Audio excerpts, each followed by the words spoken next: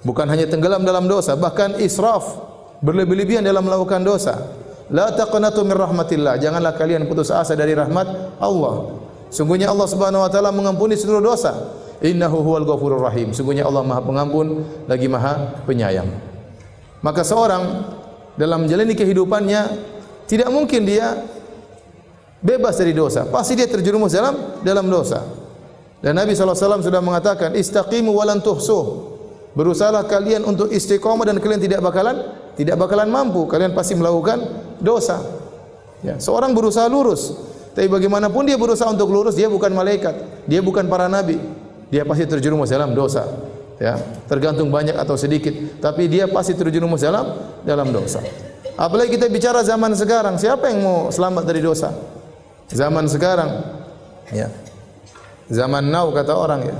Zaman media sosial, ya. Dosa mata kita lakukan, dosa pendengaran kita lakukan, dosa bicara, komentar yang tidak-tidak, ngejek orang, merendahkan orang, mencari-cari kesalahan orang, belum dosa yang berkaitan dengan hati. Banyak sekali dosa yang kita lakukan tiap hari. Siapa yang bisa selamat dari dosa pandangan?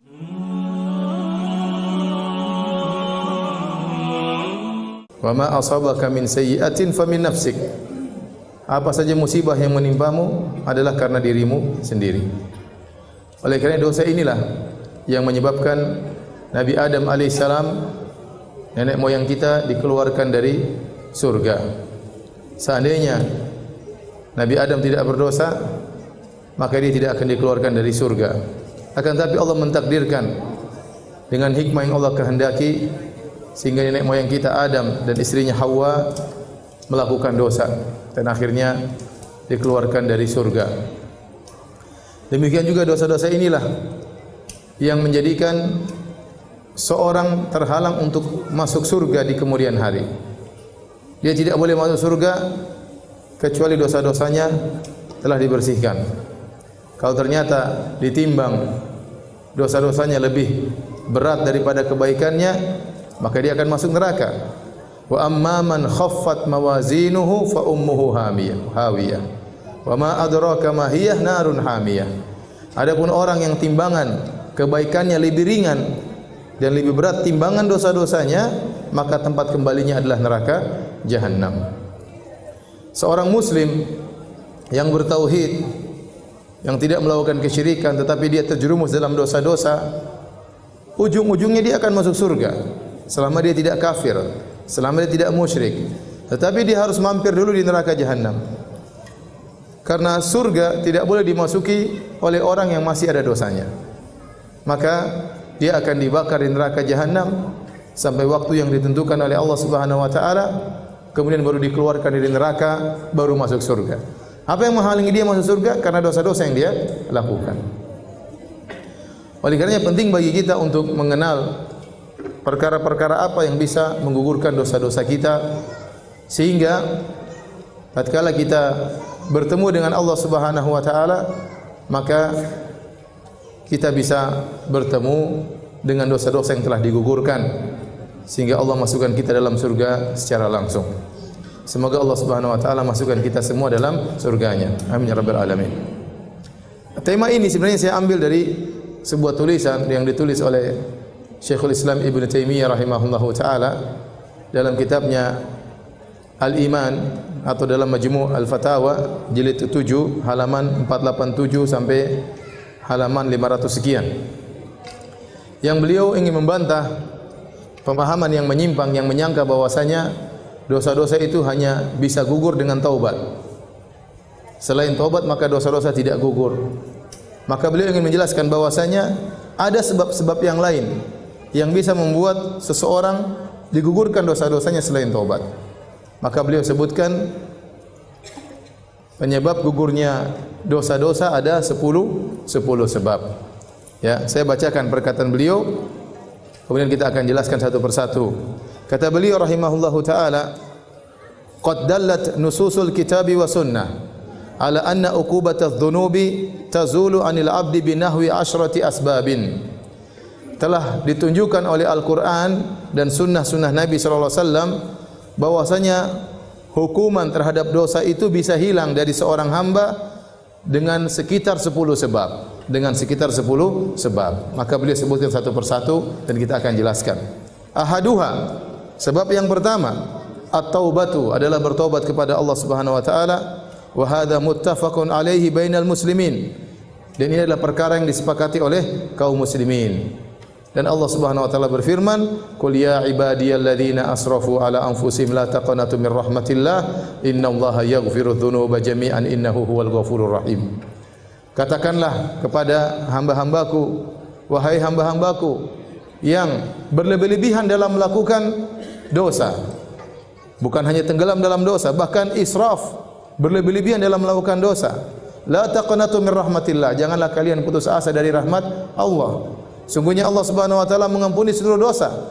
Innahu huwal ghafurur rahim. Sungguhnya Allah Maha Pengampun lagi Maha Penyayang. Maka seorang dalam menjalani kehidupannya tidak mungkin dia bebas dari dosa. Pasti dia terjerumus dalam dosa. Dan Nabi SAW sudah mengatakan, istaqimu walan tuhsuh. Berusahalah kalian untuk istiqomah dan kalian tidak bakalan mampu. Kalian pasti melakukan dosa. Ya, seorang berusaha lurus. Tapi bagaimanapun dia berusaha untuk lurus, dia bukan malaikat, dia bukan para nabi. Dia pasti terjerumus dalam dosa. Ya, tergantung banyak atau sedikit, tapi dia pasti terjerumus dalam dosa. Apalagi kita bicara zaman sekarang, siapa yang mau selamat dari dosa? Zaman sekarang, ya. Zaman now kata orang ya. Zaman media sosial ya. Dosa mata kita lakukan, dosa pendengaran kita lakukan, dosa bicara, komentar yang tidak-tidak, ngejek orang, merendahkan orang, mencari-cari kesalahan orang, belum dosa yang berkaitan dengan hati. Banyak sekali dosa yang kita lakukan tiap hari. Siapa yang bisa selamat dari dosa pandangan? Saya katakan kalau ada seorang pemuda yang bisa menjaga pandangannya di zaman sekarang, dia wali di antara wali-wali Allah Subhanahu wa taala. Siapa yang bisa selamatkan dirinya dari dosa pandangan? Oleh karenanya, seorang tatkala terjerumus dalam dosa, maka hendaknya dia bertobat kepada Allah Subhanahu wa taala. Dan dia harus husnudzon kepada Allah. Allah yang mengatakan, "La taqnatu min rahmatillah." Janganlah kalian putus asa dari rahmat Allah Subhanahu wa taala. Saya selalu memberikan analogi atau logika. Saya katakan dalam hadis Nabi SAW menyebutkan bahwasanya Allah lebih sayang kepada hambanya daripada seorang ibu terhadap anaknya. Suatu hari Rasulullah SAW bersama para sahabat, tiba-tiba ada seorang ibu yang kehilangan anaknya. Ibu ini mencari-cari anaknya, kehilangan anaknya. Dan kita tahu bagaimana perasaan seorang ibu yang kehilangan anaknya. Karena dalam kondisi perang, dia cari anaknya, akhirnya dia ketemu.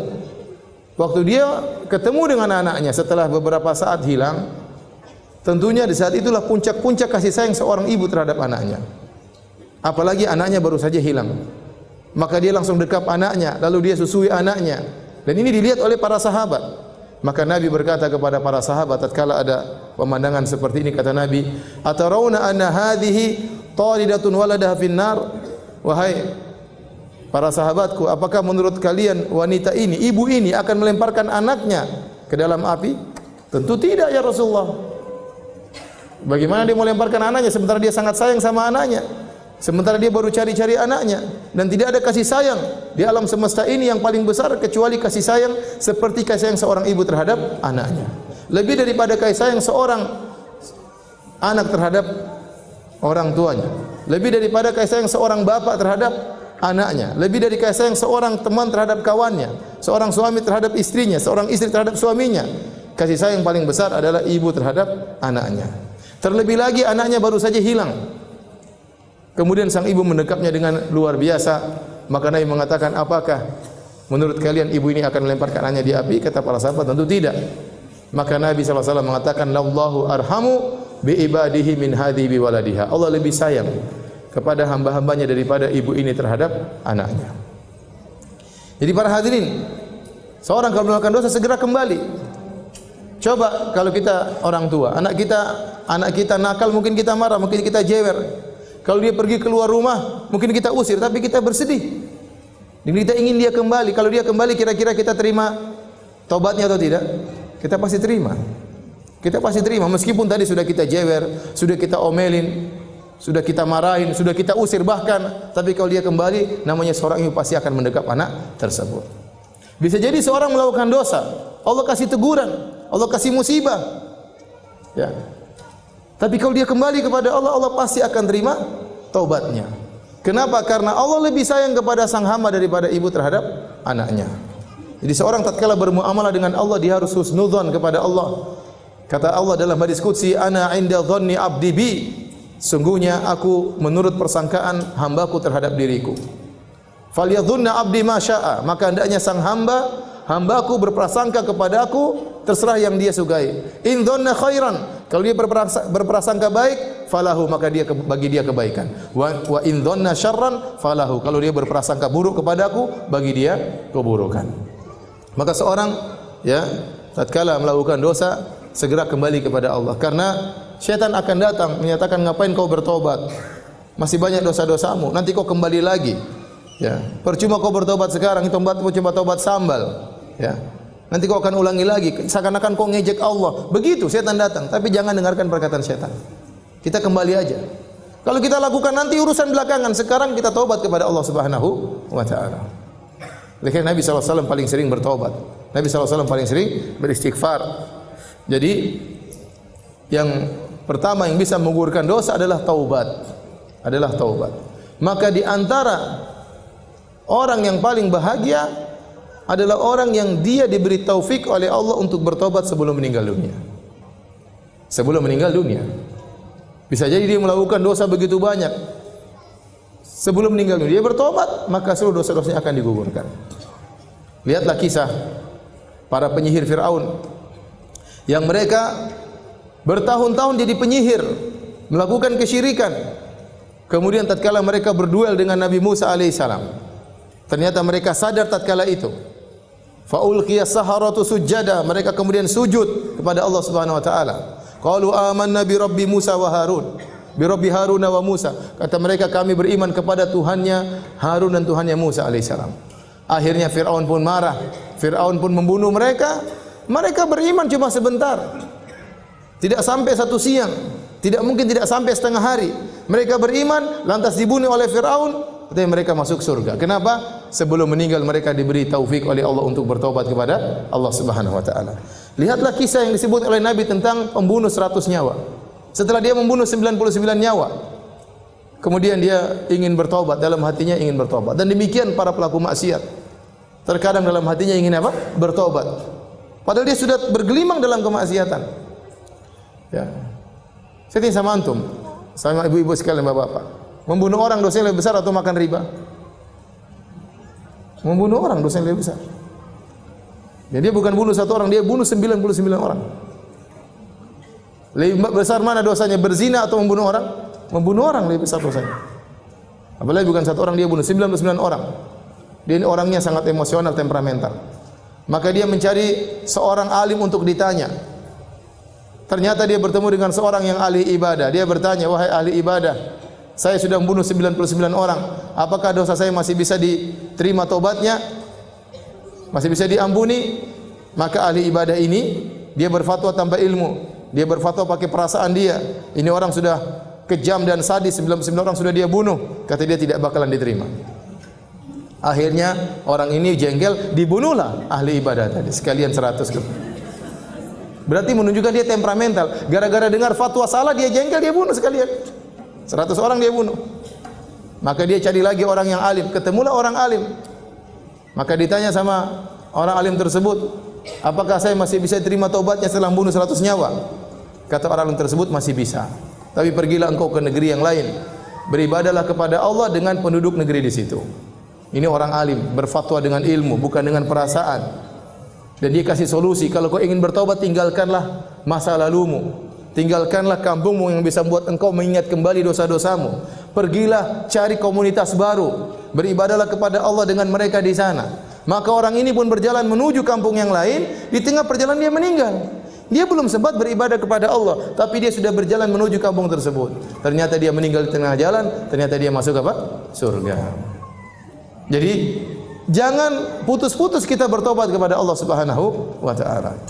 Kita di jalan kita bertobat kepada Allah Subhanahu wa taala. Rabbighfirli wa tub alayya innaka anta tawwabur rahim. Kalau kita habis wudu kita berdoa, Allahumma ja'alni minat tawwabina wa ja'alni minal mutatahhirin. Ya Allah, jadikanlah termasuk orang-orang yang suka bertaubat. Allah berfirman, innallaha yuhibbut tawwabin. Sungguhnya Allah mencintai hamba-hamba yang suka bertaubat. Di antara nama-nama Allah At-Tawwab, yaitu zat yang maha menerima taubat seorang hamba. Maka seringlah bertaubat. Kita tidak tahu kapan nyawa kita diambil oleh Allah Subhanahu wa taala, ya. Betapa banyak orang mau bertobat dia tunda-tunda. Sebelum dia bertobat ternyata dia meninggal dunia. Sebenarnya mengatakan kapan bertobat? Nantilah kalau sudah umur 60 baru saya bertobat.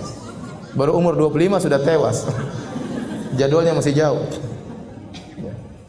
Kapan kamu bertobat? Nanti kalau sudah pensiun. Sebelum pensiun sudah dipanggil oleh Allah Subhanahu wa taala. Taib. Terlalu banyak dalil yang menunjukkan Allah Maha menerima taubat. Di antaranya Allah berfirman, "Alam ya'lamu anna Allah huwa yaqbalu taubata an ibadihi." Tidakkah mereka ketahui bahwasanya Allah menerima taubat dari hamba-hambanya? Dalam ayat yang lain, "Wa huwal ladzi yaqbalu taubata an ibadihi wa ya'fu anis sayyi'at." Dialah Allah yang menerima taubat dari hamba-hambanya dan maafkan kesalahan-kesalahan. Dan ayat-ayat seperti ini sangat banyak. Ya. Taib. Ini sebab pertama, mau dibahas tentang masalah taubat tentunya sangat panjang, tapi ini bukan poin kita, ya. Kita ingin bahas 10 sebab. Sebab pertama adalah bertobat kepada Allah Subhanahu wa taala. Sebab kedua adalah istighfar. Apa bedanya istighfar dengan taubat? Istighfar dalam bahasa Arab adalah dari istaghfara, artinya talabul maghfirah. Istaf'ala, wazan istaf'ala dalam bahasa Arab artinya talabu syai', meminta sesuatu. Istaghfara yastaghfiru istighfaran, artinya talabul maghfirah, meminta maghfirah. Apa itu maghfirah?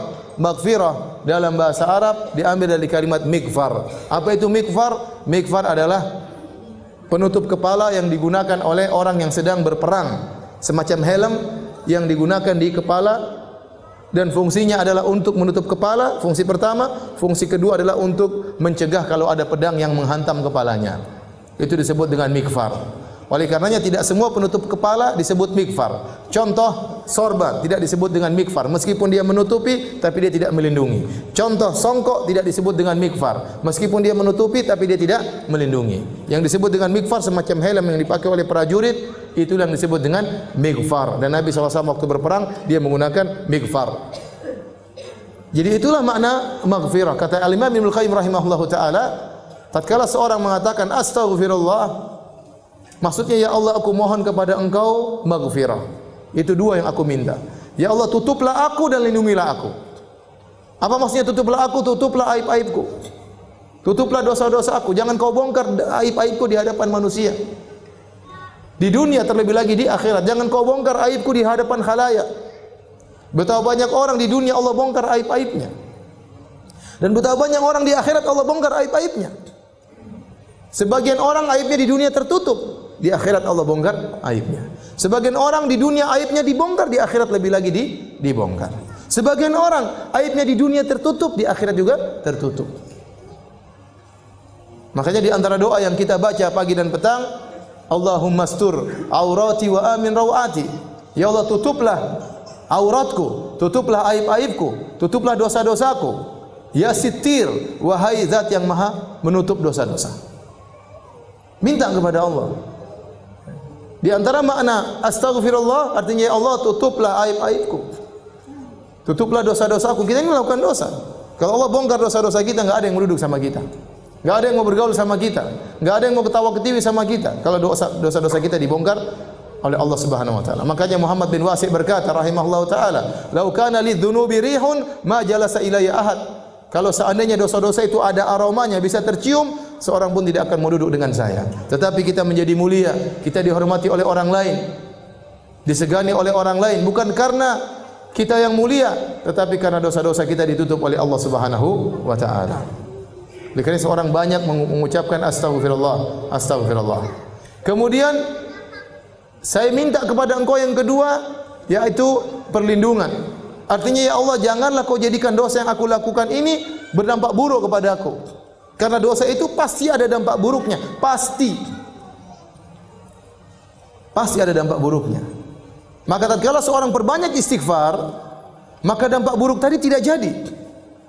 Bahkan sebagian salaf mengatakan, demi Allah saya mengetahui dampak dari maksiatku pada kendaraanku dan pada pembantuku.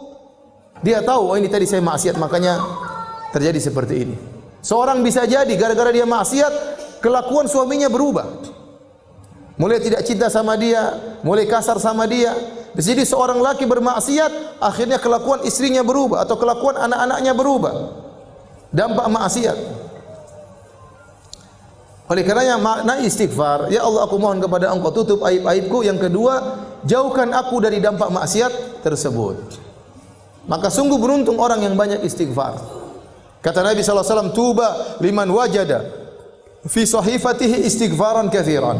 Sungguh beruntung orang yang mendapat di dalam catatan amalnya banyak istighfar. Sekarang ini ibu-ibu, ya, banyak waktu kita terbuang, Bapak-bapak sekalian. Saya kalau di Arab Saudi saya sering lihat ada tulisan imla awqatak bil istighfar. Kita lagi ngantri ada tulisan isi detik-detikmu dengan istighfar. Kita kalau di Saudi kita jalan dari Mekah ke Madinah, di tengah-tengah ada tulisan subhanallah. Di tengah tulisan alhamdulillah. Kenapa orang yang bersafar agar ingat kepada Allah kemudian dia berzikir di tengah jalan. Betapa sering saya lihat orang ngantri mereka sambil berzikir, astagfirullah, astagfirullah, astagfirullah, astagfirullah. Sekarang mulai berubah dengan adanya medsos.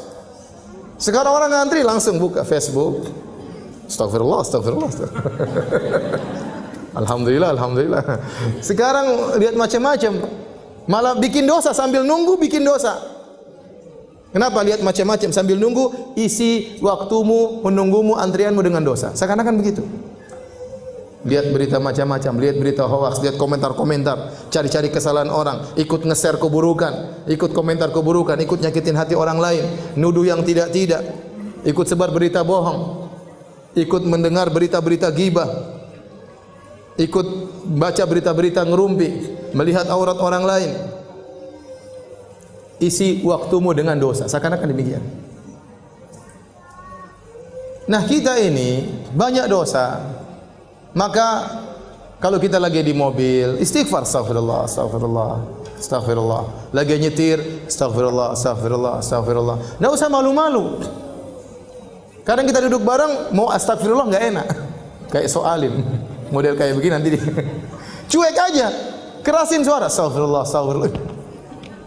Tumben Bu, astagfirullah, astagfirullah, sudah cuek. Sudah istighfar aja. Cuekin. Kalau kita terbiasa, nanti jadi biasa. Ustaz saya takut riya. Kenapa anti takut riya? Karena anti tidak terbiasa. Orang itu terkadang takut riya. Kenapa? Karena tidak terbiasa. Kalau terbiasa cuek, orang bertamu di rumahnya, sebentar, saya mau sholat duha dulu ya. Cuek aja. Tapi kalau wah itu berarti karena dia tidak biasa sholat duha, makanya dia apa? Takut riya. Tapi kalau dia biasa cuek, dia enggak peduli dengan manusia, gelar sajadah Allahu Akbar, tamu-tamunya ngobrol biarin aja. Harus biasakan diri seperti itu. Ya. Di bandara buka Quran takut riya. Kenapa? Karena jarang baca Quran. Kalau sering baca Quran di mana-mana enggak ada takut riya. Insyaallah, maksudnya Allah jaga diri.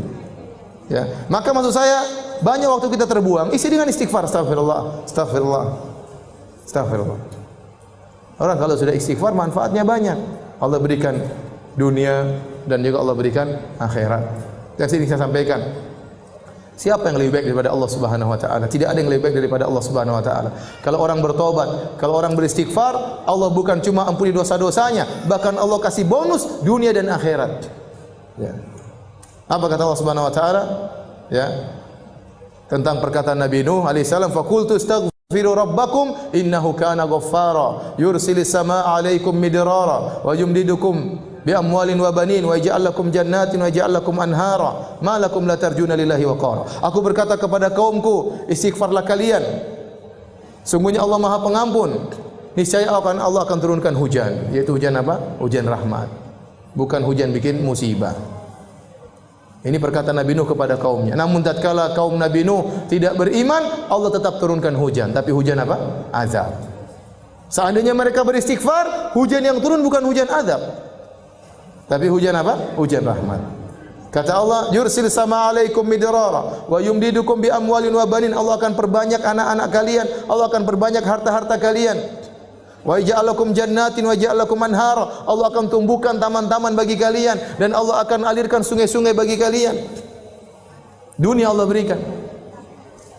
Akhirat Allah juga berikan. Ya. Ya ayyuhalladzina amanu tubu ila Allahi taubatan nasuha. Asa rabbukum ayyukaffira ankum sayyi'atikum wa yudkhilakum jannatin tajri min tahtihal anhar. Wahai orang yang beriman, bertaubatlah kepada Allah dengan taubat yang nasuha. Niscaya Allah akan hapuskan dosa-dosa kalian. Apakah titik? Belum, masih koma. Ada kelanjutannya. Wa yudkhilakum jannatin tajri min tahtihal anhar. Allah masukkan kalian ke dalam surga yang mengalir di bawahnya sungai-sungai. Siapa yang lebih baik daripada Allah? Tidak ada yang lebih baik daripada Allah Subhanahu wa taala. Manusia, kalau kita berbuat salah kepadanya, kita minta maaf, dia cuma maafkan, tidak kasih bonus. Apa ada orang kita maki-maki dia, setelah itu kita datang, maaf mbak, saya kemarin maki-maki mbak, saya minta maaf. Oh begitu, ini nih, saya terima permohonan maaf engkau dan ini mobil saya kasih buat kamu. Apa ada orang seperti itu? Mustahil. Tapi Allah Subhanahu wa taala, kalau kita dosa kepada Allah, kita maksiat, kita bangkang perintahnya, kita melanggar larangannya terang-terangan, kemudian kita kembali kepada Allah. Ternyata Allah kasih dunia, turunkan hujan, Allah berikan rezeki, berikan anak-anak, Allah bukakan taman-taman, Allah alirkan sungai-sungai. Di akhirat Allah masukkan surga.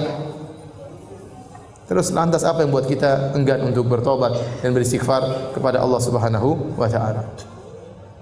Nah, apa bedanya istighfar dengan taubat? Karena Syekhul Islam Taimiyah menjadikan dua sebab. Sebab pertama taubat, sebab kedua apa? Istighfar.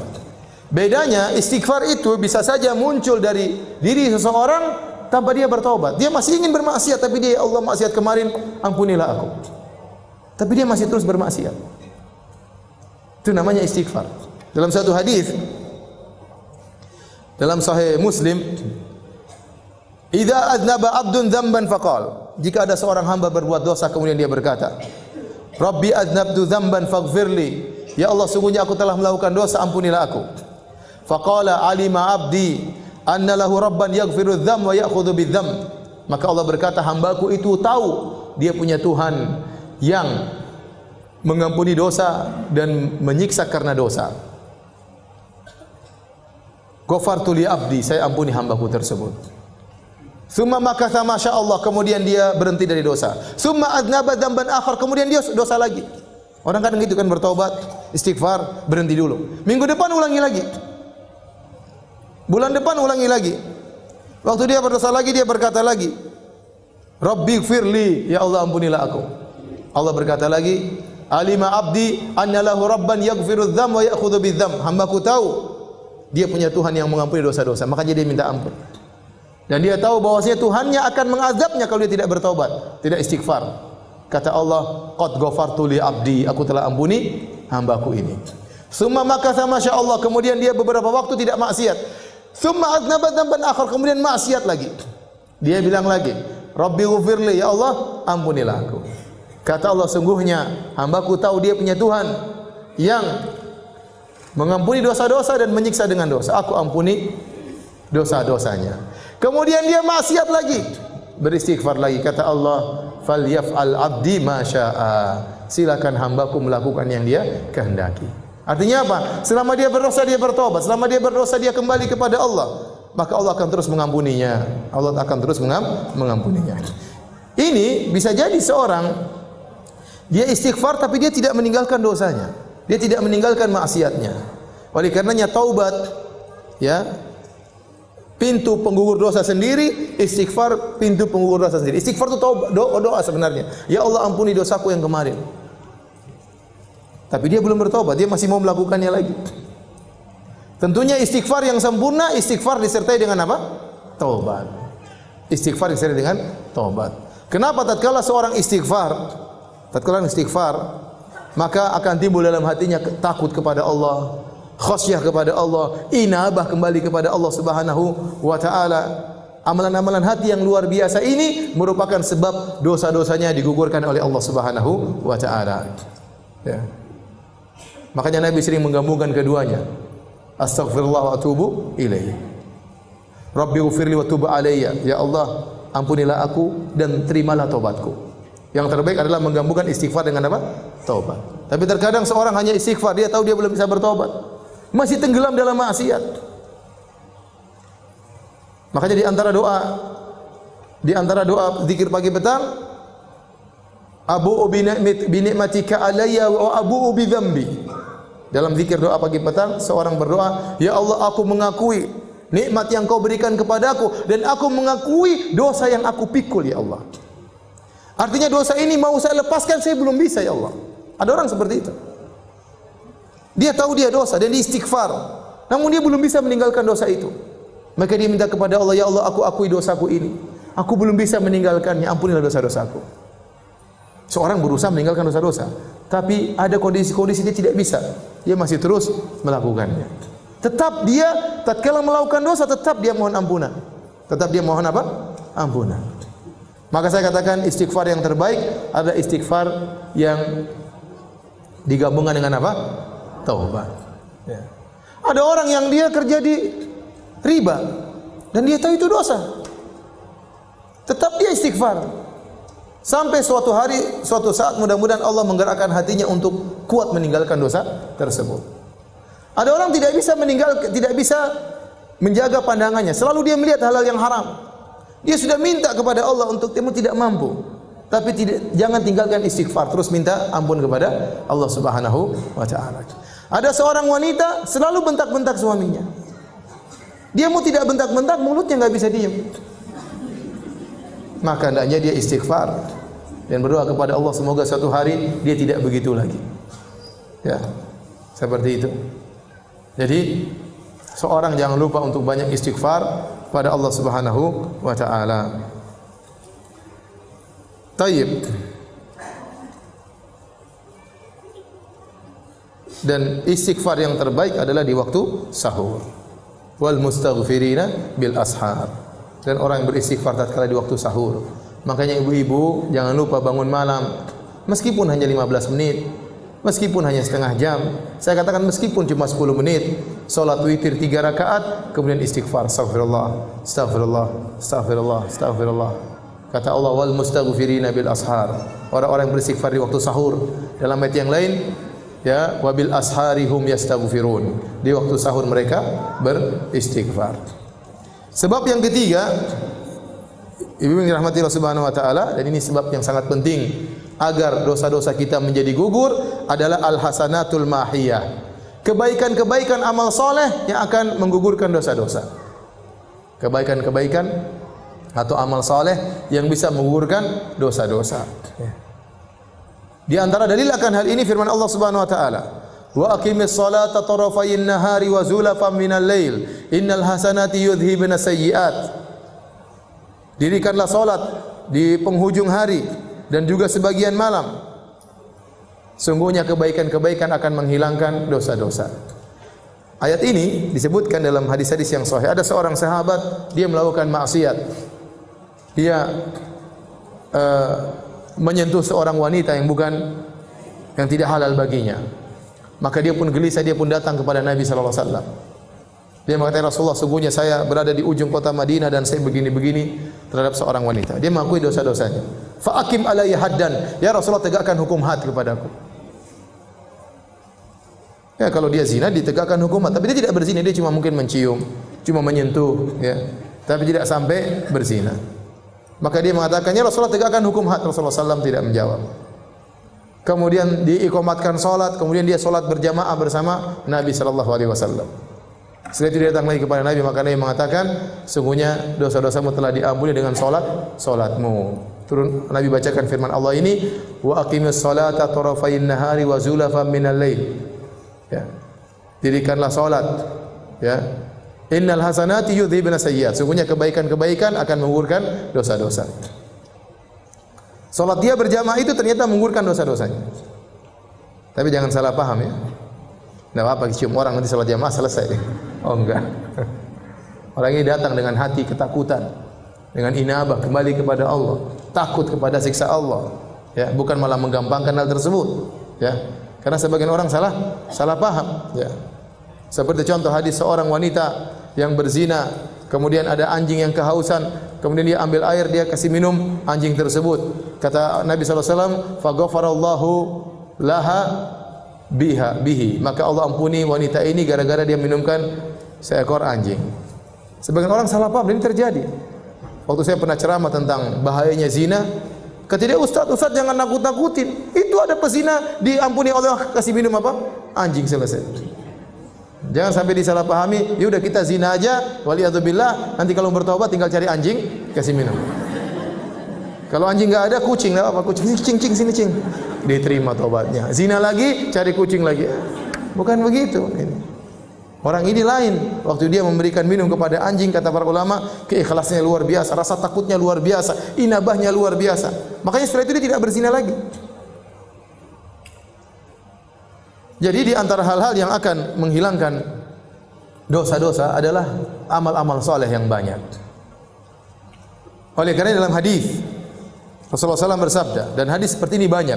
Dalil akan amal kebajikan menggugurkan dosa itu banyak sekali. Contoh, kata Nabi SAW, as-salawatul khams wal jum'atu ilal jum'ati wa ramadhan ila ramadhan mukaffiratun lima bainahunna idza sunibatil kaba'ir. Kata Nabi, salat 5 waktu antara satu dengan yang lainnya menggugurkan dosa di antara keduanya. Antara Jumat dengan Jumat, salat Jumat yang satu dengan salat Jumat yang lain akan menggugurkan dosa-dosa di antara keduanya. Antara Ramadan dengan Ramadan yang lain akan menggugurkan dosa-dosa di antara keduanya. Selama dijauhi dosa-dosa besar. Dosa-dosa kecil semuanya akan digugurkan dengan amal soleh tersebut.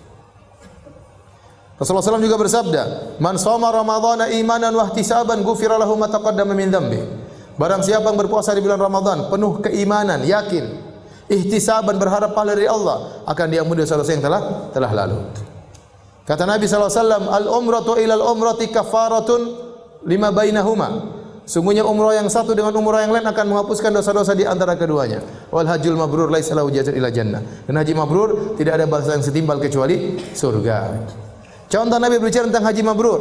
Kata Nabi SAW, "Man hajja lillah wa lam yarfuth wa lam yafsuq, raja'a min dhunubi ka yaumin waladathu ummuhu."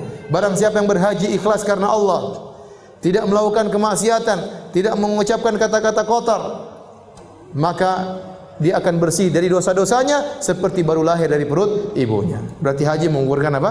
Dosa-dosa. Kata Nabi SAW, "Fitnatur rajuli fi ahli wa malihi wa waladihi tukaffiruha salatu wa siyamu wa sadaqatul amr bil ma'ruf wa nahyu 'anil munkar." Fitnah seorang berkaitan dengan istrinya, berkaitan dengan anak-anaknya, berkaitan dengan hartanya bisa diampuni, bahkan dalam sebagian riwayat berkaitan dengan tetangganya bisa diampuni dengan salatnya, puasanya, sedekahnya, amar ma'ruf nahi munkar. Apa maksudnya fitnah seorang dengan istrinya? Maksudnya dia melakukan dosa-dosa berkaitan dengan istrinya. Contoh, dia tidak menunaikan hak istrinya. Contoh, kalau dia punya istri lebih dari satu, dia lebih condong kepada salah satunya. Ini dosa-dosa berkaitan dengan apa? Istri. Contoh, dia suka menyakiti hati istrinya, dia menzalimi apa? Istrinya. Maka itu bisa digugurkan dengan salat, puasa, sedekah. Fitnah terhadap anaknya, contohnya saking cinta kepada anaknya, maka dia melakukan hal-hal yang dilarang oleh Allah Subhanahu wa taala. Saking cinta kepada anaknya, anaknya minta apa saja dia kasih, padahal dia tahu itu dilarang. Tapi dia berikan kepada anaknya. Saking cinta kepada anaknya, dia tidak menyuruh anaknya untuk sholat ke masjid, takut anaknya marah-marah. Ini dosa, semuanya dosa. Dia tidak menunaikan hak anak. Contoh fitnah seorang terhadap hartanya, artinya hartanya telah memfitnahnya. Gara-gara dia punya harta, sehingga dia lupa untuk beribadah, lupa untuk belajar ngaji, lupa untuk tahsin, lupa untuk salat. Kerjaannya jalan ke sana, jalan ke sini, keluruan sana, keluruan sini. Berjalan-jalan ke sana ke sini, ngabisin duit, beli ini, beli anu, ngumpulin harta, sehingga dia melakukan dosa-dosa. Fitnahnya terhadap tetangganya, artinya apa? Dia melakukan dosa berkaitan dengan tetangganya, nyakiti tetangganya, atau kemudian dia bangga-bangga dengan tetangganya, saing-saingan dengan tetangganya. Maka ini semua bisa digugurkan dengan salat, puasa, sedekah, amar ma'ruf nahi munkar. Ini dalil bahwasanya amal soleh bisa menghilangkan apa? Dosa-dosa. Dalam hadis juga kata Nabi SAW, "Man a'taqa raqabatan mu'minatan, a'taqallahu bikulli udhin minha udwan minhu minan nar." Barang siapa yang membebaskan seorang budak, maka Allah akan bebaskan dia dari neraka jahanam. Setiap bagian anggota tubuh dari budak tersebut yang dia bebaskan akan bebaskan anggota tubuhnya dari neraka jahanam. Nabi SAW juga bersabda, as-sadaqatu tudfi'ul khati'ah kama yudfi'u al-ma'un nar. Sungguhnya sedekah itu akan menggugurkan dosa-dosa sebagaimana api menggugurkan atau menghilangkan, air menghilangkan api. Sebagaimana air menghilangkan api. Taib. Ini dalil bahwasanya kita berusaha untuk beramal soleh sebanyak-banyaknya. Sampai-sampai ibu dirahmati Allah Subhanahu wa taala, Bapak sekalian. Kalau ternyata seorang punya amal soleh yang luar biasa, amal soleh yang sangat banyak, maka kalau dia melakukan dosa-dosa, maka Allah tidak akan anggap dosa-dosa tersebut. Rajin sholat, dia berbakti kepada orang tua, berbakti kepada suami, rajin sedekah, sholat malam, banyak amal solehnya, maka dosa-dosanya tidak akan dianggap oleh Allah Subhanahu wa taala. Oleh karena Nabi bersabda dalam satu hadis tentang masalah taharah, kata Nabi sallallahu alaihi wasallam, "Idza balagal ma'u kullataini lam yahmilil khabath." Kalau air sudah mencapai 2 kullah itu kira-kira 200 liter, maka tidak akan mengandung najis. Artinya apa? Kalau ada najis jatuh kecil-kecil, tidak akan terlihat, tidak akan teranggap. Kenapa? Karena airnya terlalu banyak. Nah, kata para ulama bahwasanya amal soleh seperti air yang bersih, dosa-dosa itu seperti najis. Lihatlah kisah seorang Arab Badui yang dia datang ke masjid kemudian dia kencing di masjid. Maka Nabi suruh apa? Nabi suruh ambil air seember, fa'uhriqa alaih. Kemudian Nabi tumpahkan air seember kepada najis tersebut. Najis tersebut kotor tetapi hilang karena air di ember banyak. Maka seorang kalau pahalanya banyak, amal solehnya banyak, ada dosa-dosa tidak dianggap oleh Allah Subhanahu wa taala. Dan dalil yang paling kuat akan hal ini kisah Hatib bin Abi Balta'ah radhiyallahu ta'ala anhu. Hatib bin Abi Balta'ah salah seorang dari sahabat Al-Badri yang dia ikut dalam perang Badar. Dan dia bukan panglimanya perang Badar, bukan pemimpinnya perang Badar, cuma salah satu anggota dari pasukan perang Badar. Sehingga kalau kita baca cerita tentang perang Badar, tidak disebutkan tentang kepahlawanan dia, karena dia bukan yang masyhur tatkala dalam perang Badar, tapi dia salah satu dari 315 orang yang ikut dalam perang Badar. Perang Badar terjadi pada tahun 2 Hijriah. Tahun berapa Ibu-ibu? 2 Hijriah. Setelah itu berjalan dengan waktu, tahun 3 Hijriah, 4 Hijriah, 5 sampai 8 Hijriah. Pada waktu 8 Hijriah, ternyata dia melakukan dosa besar. Waktu Nabi akan menaklukkan kota Mekah, Nabi akan menyerang kota Mekah, Hatib bin Abi Balta'ah tulis surat kepada sebagian kerabatnya di kota Mekah mengabarkan bahwasanya Nabi akan menyerang mereka. Dan ini bahaya dalam peperangan. Karena musuh akan mengetahui penyerangan Nabi, khawatir mereka akan melakukan persiapan, mereka bisa mengumpulkan pasukan untuk melawan Nabi SAW. Padahal Nabi ingin melakukan serangan tiba-tiba. Hatib bin Abi Balta'ah tulis surat. Kemudian dikirim lewat seseorang. Ya. Orang tersebut berjalan menuju Mekah. Maka Nabi dikasih wahyu oleh Allah Subhanahu wa taala. Maka dia mengatakan kejar wanita tersebut. Maka datanglah Ali bin Abi Thalib dengan seorang sahabat kalau tidak salah mendatangi wanita tersebut. Kata dia, "Mana surat dari Hatib?" Kata wanita tersebut, "Tidak ada." Kata Ali, "Kalau kau tidak mengaku saya akan telanjangi kamu." Akhirnya dia keluarkan surat tersebut. Ternyata Hatib tulis surat dan ini dosa. Maka kemudian datanglah Ali memberitahu kepada Nabi SAW, maka Umar pun marah. Umar marah. Kata Umar, "Da'ni adrib unuqa hadzal rajul." Ya Rasulullah, biarkan saya penggal kepalanya. Ini pengkhianat ini. Bagaimana dia mengabarkan tentang rencana kita kepada musuh? Padahal Hatib tidak mengabarkan kepada musuh, tapi dia punya kerabat, dia sayang kepada mereka. Maka kata Nabi, "Ma hadza ya Hatib?" Apa yang kau lakukan wahai Hatib?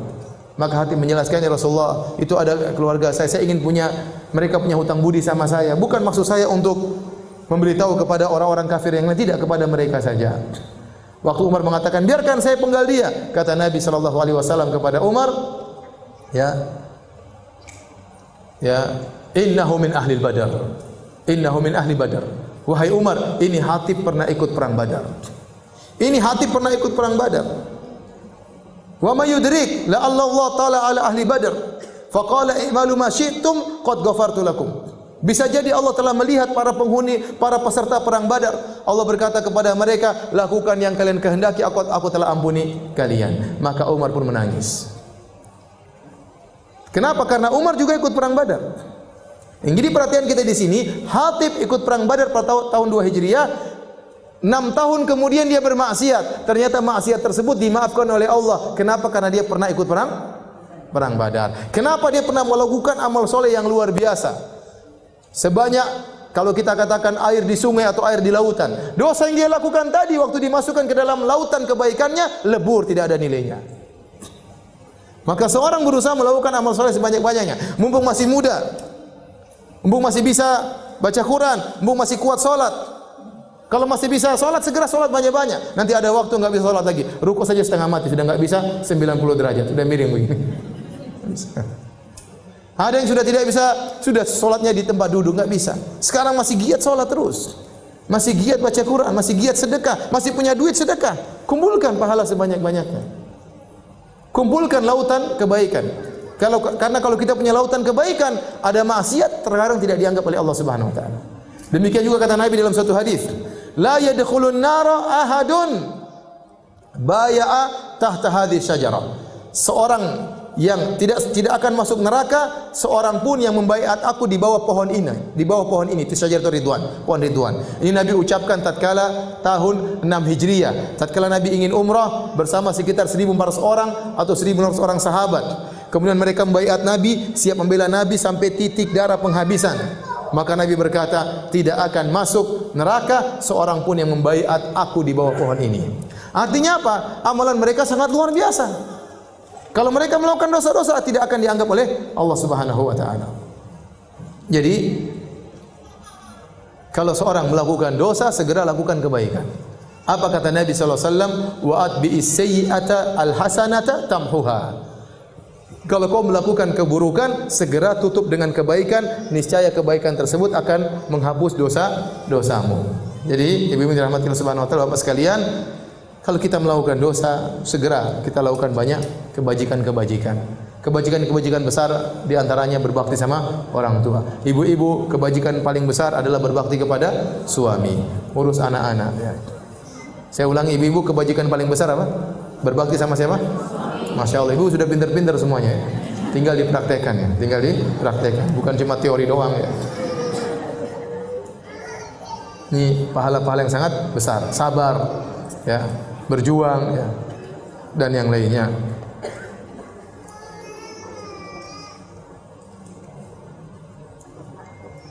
Oleh karena dalam hadis juga disebutkan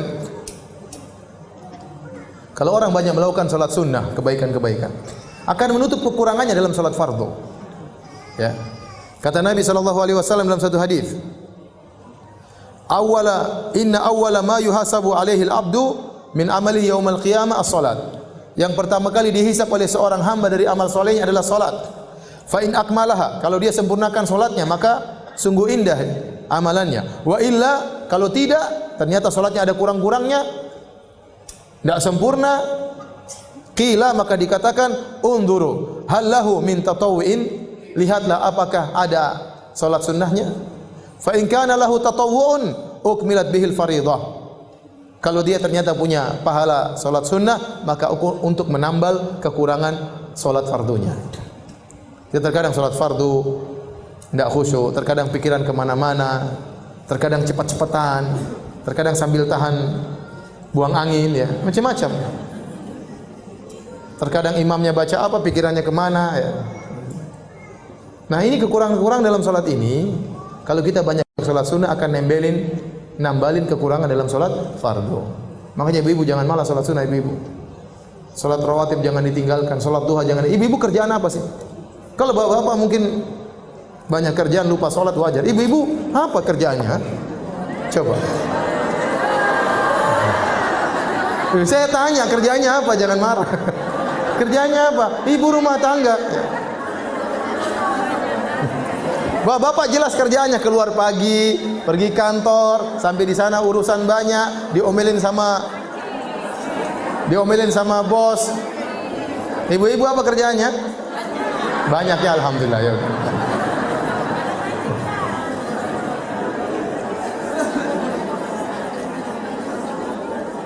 Ibu-ibu baper banget ya. Santai aja ya. Jadi mumpung kita ada umur, mumpung kita ada tenaga, mumpung ada waktu, jangan lupa salat sunnah ya. Salat sunnah, jangan malas. Salat rawatib ya. Sebelum salat, sesudah salat, jangan malas. Taib. Sebab berikutnya, ibu yang dirahmati Allah Subhanahu wa taala,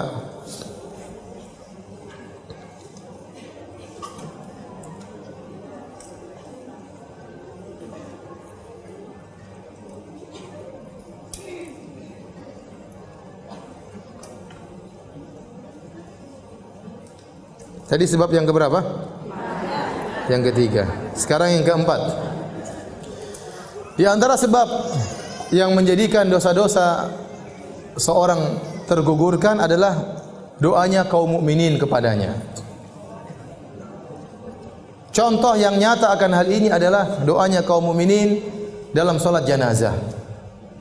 Allahumma ighfir li hayyina wa mayyitina, Allahumma ighfir lahu warhamhu wa'fu anhu. Ya Allah, ampunilah dia, rahmatilah dia, dan seterusnya. Oleh karena disyariatkan salat jenazah. Salat jenazah itu intinya apa? Intinya doa. Makanya enggak ada ruku, makanya enggak ada sujud. Dibuka cuma Al-Fatihah, salawat kepada Nabi, kemudian berdoa. Sebagaimana kalau kita berdoa, dianjurkan memuji Allah, terus bersalawat, baru kita minta. Nah, salat jenazah demikian. Takbir pertama Al-Fatihah, takbir kedua salawat kepada Nabi, takbir ketiga berdoa kepada mayat, takbir keempat dan seterusnya berdoa. Nah, kalau orang berdoa untuk mayat, maka dosa-dosanya akan digugurkan oleh Allah Subhanahu wa taala. Dalam satu hadis dari Anas bin Malik radhiyallahu taala anhu, dari Nabi sallallahu alaihi wasallam, beliau berkata, "Ma min mayyitin yusalli alaihi ummatun minal muslimin yabluguna mi'atan kulluhum yashfa'una illa syuffi'u fihi." Tidaklah seorang mayat meninggal kemudian disolatkan oleh 100 orang-orang Islam, kaum muslimin. Ada jumlah mereka sampai 100. Ya, semuanya berdoa kecuali mereka akan diberi syafaat untuk mayat tersebut. Jadi mayat ini akan digugurkan dosa-dosanya.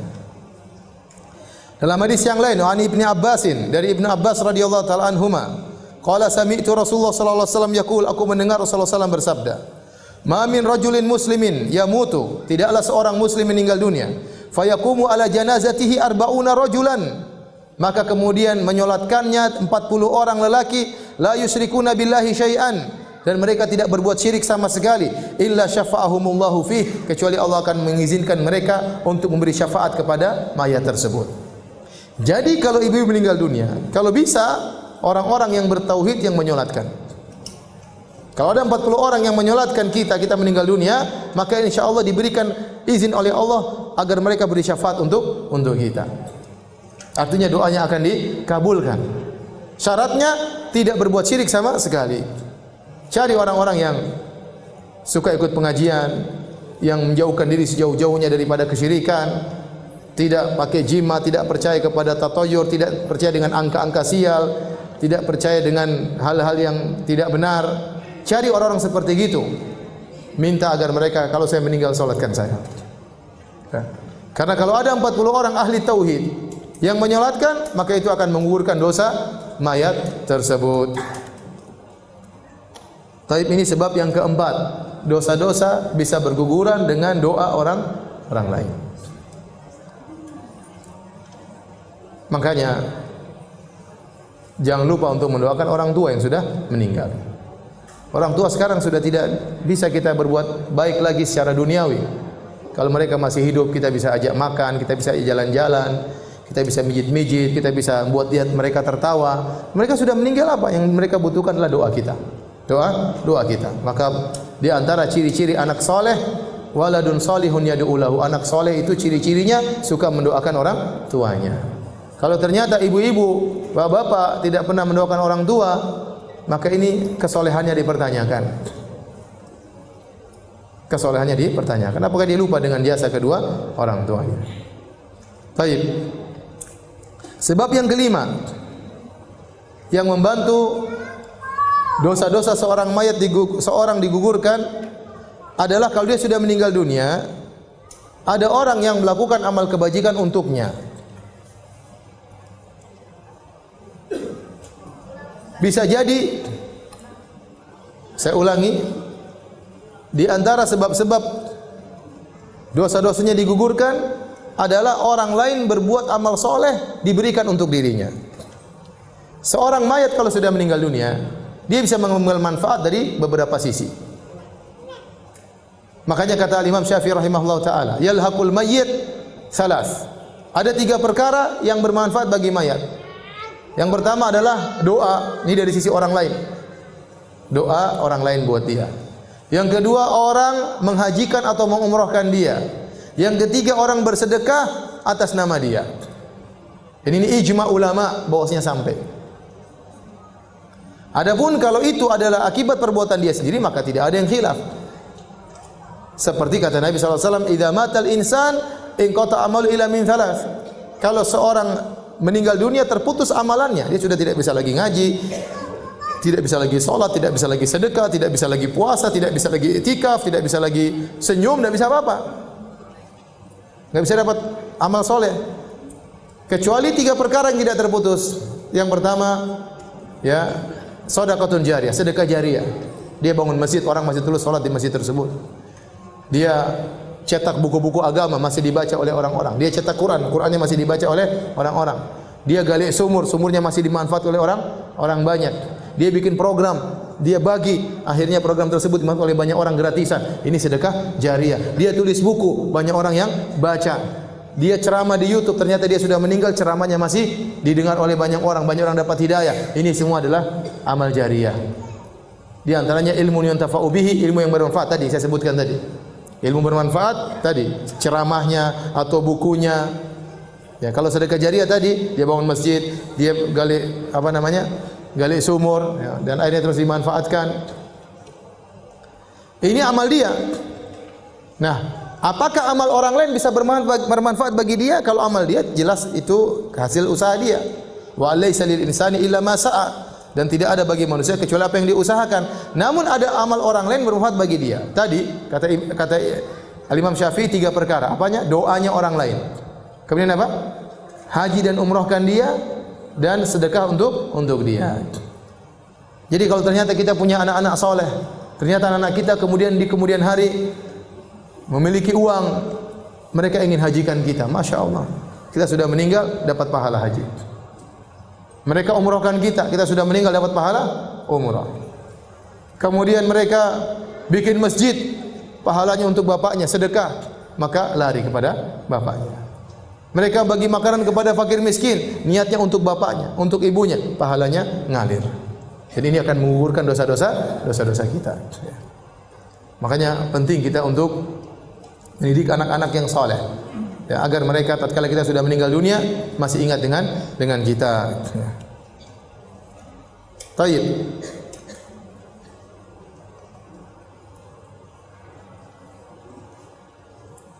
Tadi sebab yang keberapa? Sekarang sebab yang keenam, dosa-dosa bisa digugurkan adalah syafaat Nabi sallallahu alaihi wasallam. Syafaat Nabi sallallahu alaihi wasallam.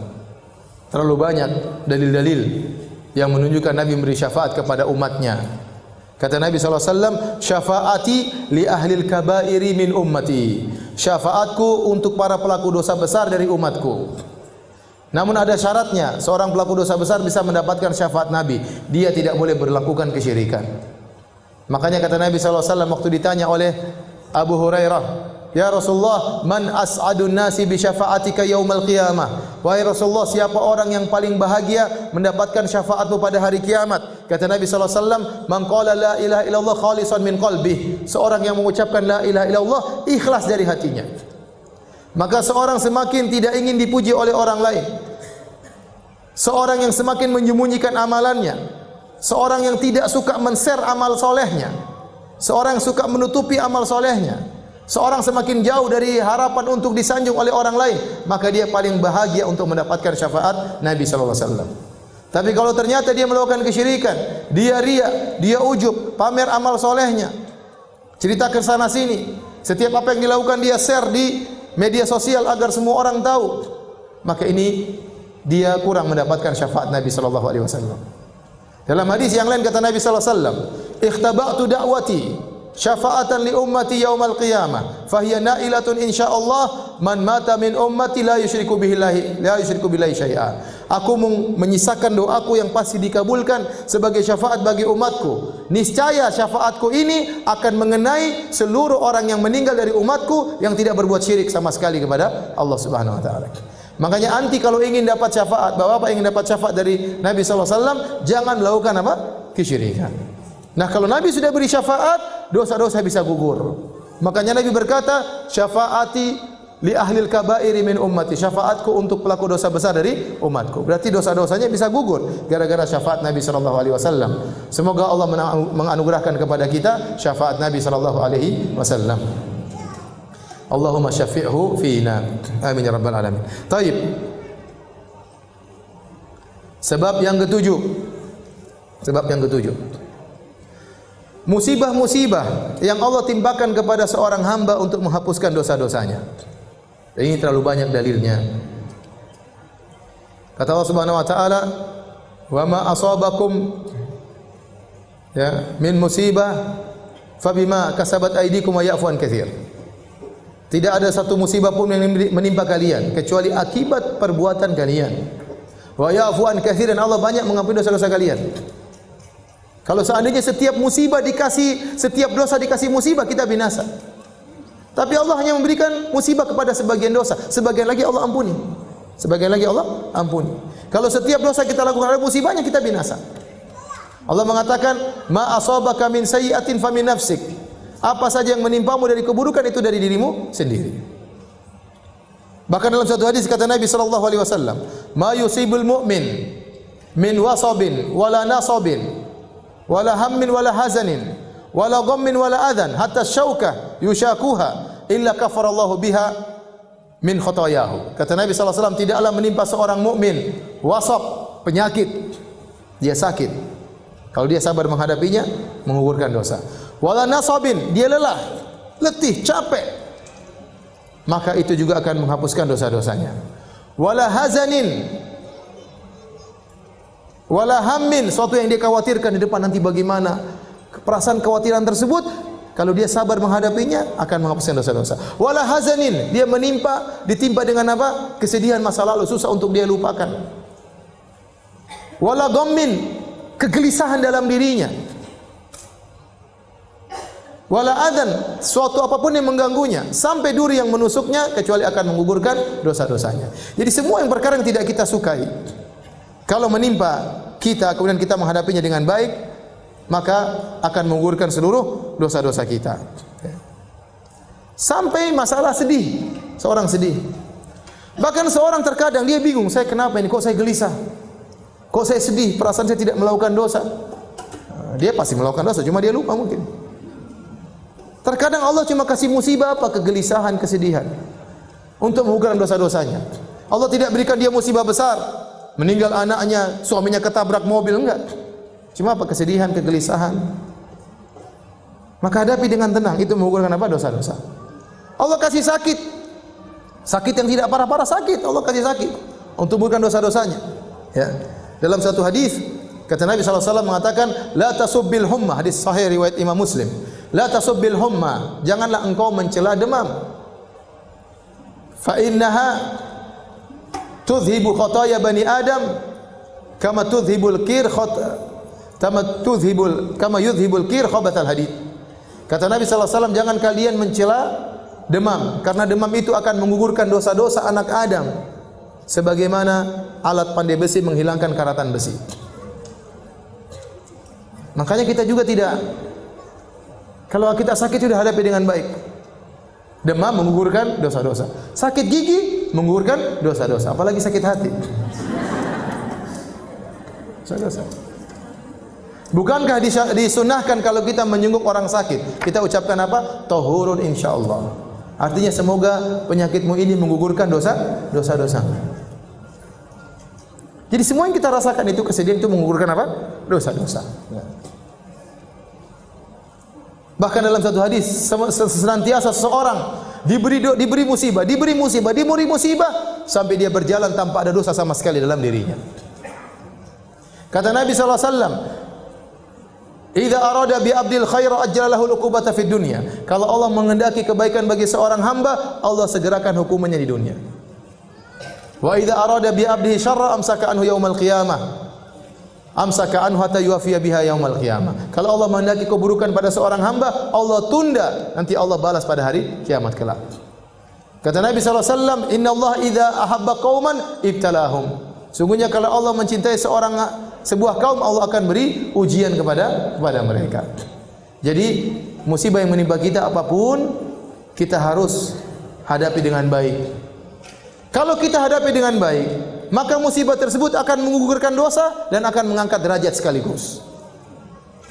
Tapi kalau ternyata kita terkena musibah, ternyata kita jaza, kita marah-marah, kita ngamuk, kita tidak hadapi dengan kesabaran, maka musibah tersebut tidak menggugurkan dosa-dosa, bahkan menurunkan derajat seorang hamba. Jadi ibu-ibu hadapi permasalahan dengan tenang. Ibu-ibu sakit, tenang. Jangan menunjukkan bentuk protes kepada Allah seperti, aduh ini sakit kok enggak sembuh-sembuh. Ini seakan-akan protes kepada Allah Subhanahu wa taala. Hadapi dengan baik, ya. Hadapi dengan baik. Jangan sampai kita menghadapi musibah ternyata kita marah-marah kepada Allah, maka itu tidak akan menggugurkan dosa-dosa seorang hamba. Tentunya kita tidak ingin, jangan kita minta sama musibah kepada Allah. Jangan kita bilang, ya Allah berikanlah musibah kepadaku, dosa-dosaku terlalu banyak. Jangan. Kata Nabi SAW, la tatamannau liqa'al adu, fa idza laqitumuhum fathbutu. Janganlah kalian minta bertemu dengan musuh, tapi kalau sudah ketemu, sabar. Jangan minta musibah kepada Allah, tapi kalau Allah kasih musibah, kita sabar menghadapinya. Lebih baik Allah mengampuni dosa-dosa kita dengan istighfar daripada dikasih musibah. Itu tidak. Namun terkadang kita ini istighfarnya enggak beres, terkadang tobatnya enggak beres. Maka Allah ini masih punya ada dosa-dosa, untuk mencuci dosa-dosa ini Allah kasih musibah.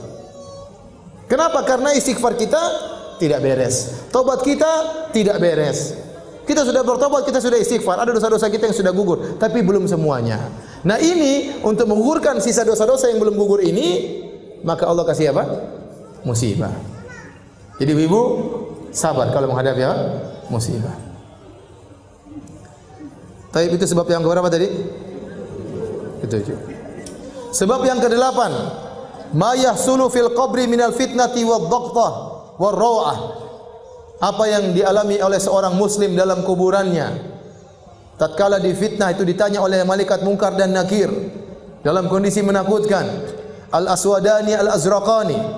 Kata Nabi SAW, malaikat Munkar dan Nakir dalam kondisi berwarna biru dan dalam kondisi berwarna hitam, mengerikan dilihat, membuat orang lupa dengan jawaban, tidak bisa menjawab pertanyaan malaikat Munkar dan Nakir. Kemudian terjadi dhaqtah, itu dhammah, dia seperti dihimpit oleh kuburan. Setiap orang akan mengalami tersebut dalam kuburannya. Dalam satu hadis, ya Rasulullah sallallahu alaihi wasallam bersabda, "Inna lil qabri dhaqdatan, walau kana ahadun najian minha naja minha Sa'ad bin Mu'adz." Kata Nabi, sungguhnya dalam kuburan itu ada tekanan. Tidak ada seorang pun yang selamat. Seandainya ada orang yang selamat, maka yang akan selamat adalah Sa'ad bin Mu'adz. Siapa Sa'ad bin Mu'adz? Sa'ad bin Mu'adz adalah seorang sahabat yang meninggal karena terkena panah dalam perang Khandaq. Akhirnya dia meninggal dunia. Waktu dia meninggal dunia, kata Nabi SAW, ihtazza arsyur rahman li mauti Sa'ad. Arsy Allah bergetar karena kematian Sa'ad bin Mu'adz radhiyallahu taala anhu. Artinya dia orang yang sangat soleh. Tetapi dia pun tidak lolos dari dhaqtah, dari tekanan dalam kuburan. Tekanan-tekanan seperti ini dalam kuburan itu bukanlah siksa kubur, tapi sesuatu yang dialami oleh seorang mukmin tatkala dalam kuburan. Seperti kelaziman orang masuk dalam kuburan, seperti seorang tatkala di dunia dia sedih, dia merasakan sakaratul maut, bukan berarti karena dosa-dosanya, tidak. Tapi hal itu adalah kelaziman dari kehidupan. Tatkala kehidupan akan meninggalkannya, dia akan merasakan sakaratul maut. Dan itu akan mengurangi dosa-dosa. Sama tatkala seorang masuk dalam kuburan, dia langsung mengalami dhammah, dhaqtah dari dalam kuburan. Itu akan menggugurkan dosa-dosanya. Baru nanti kalau sudah ditanya oleh malaikat Munkar dan Nakir, baru dia akan, kalau bisa jawab, mendapatkan nikmat kubur, kalau enggak bisa jawab, dapat azab kubur. Kata Syekhul Islam Ibnu Taimiyah rahimahullah taala, ini adalah sebab di antara dosa-dosa digugurkan tatkala dalam kuburan seorang mengalami penghimpitan dari kuburan. Sebab yang ke-9, ahwal yaumil qiyamah wa karbuha wa syada'iduha, yaitu kondisi-kondisi yang berat pada hari kiamat. Karena seorang tatkala dibangkitkan pada hari kiamat dalam kondisi sangat berat, Dibangkitkan dalam kondisi tidak beralas kaki, tidak berpakaian, tidak ada harta yang dia bawa, di bawah terik matahari dalam jarak 1 mil, keringat bercucuran. Kondisi sangat mengerikan.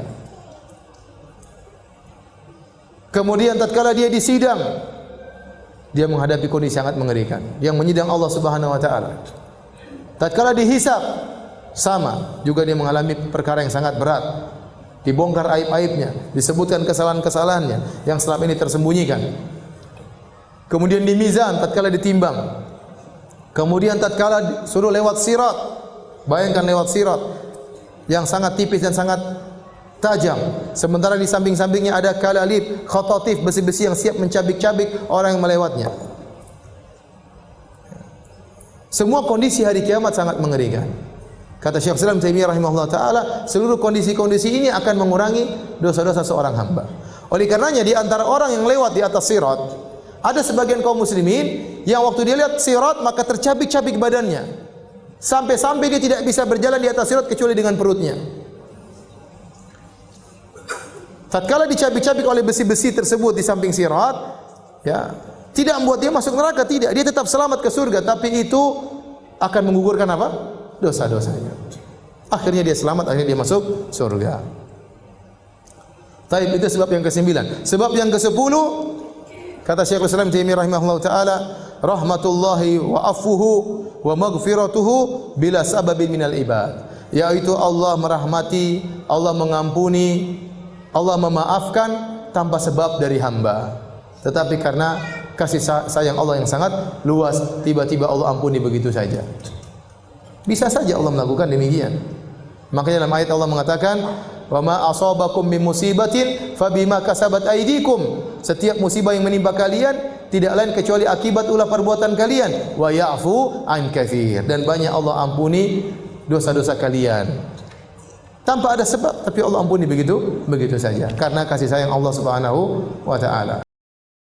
Di zaman sekarang, banyak dari kita yang merasa dosa sudah banyak menumpuk, tapi bingung harus mulai dari mana untuk menghapusnya. Bahkan ada yang merasa putus asa, mengira ampunan Allah sudah tertutup untuk mereka. Padahal Islam sudah memberikan banyak jalan pengukur dosa. Bahkan dari hal-hal yang sederhana, tapi karena kurangnya ilmu atau lalai dalam ibadah, banyak yang melewatkannya. Contohnya, sabar saat sakit atau musibah, memperbanyak istighfar, membantu orang lain dengan ikhlas, bahkan hanya menahan amarah. Semua itu bisa jadi sebab gugurnya dosa-dosa kita. Namun, karena terlalu sibuk mengejar dunia atau larut dalam rutinitas, kita sering lupa bahwa Allah itu Maha Pengampun dan penuh rahmat. Jadi, daripada terus dihantui oleh dosa, lebih baik kita pelajari dan amalkan 10 sebab ini. Insya Allah, hati kita jadi lebih tenang, hidup lebih bermakna, dan akhirat pun bisa kita raih dengan penuh harapan. Barakallahu fikum.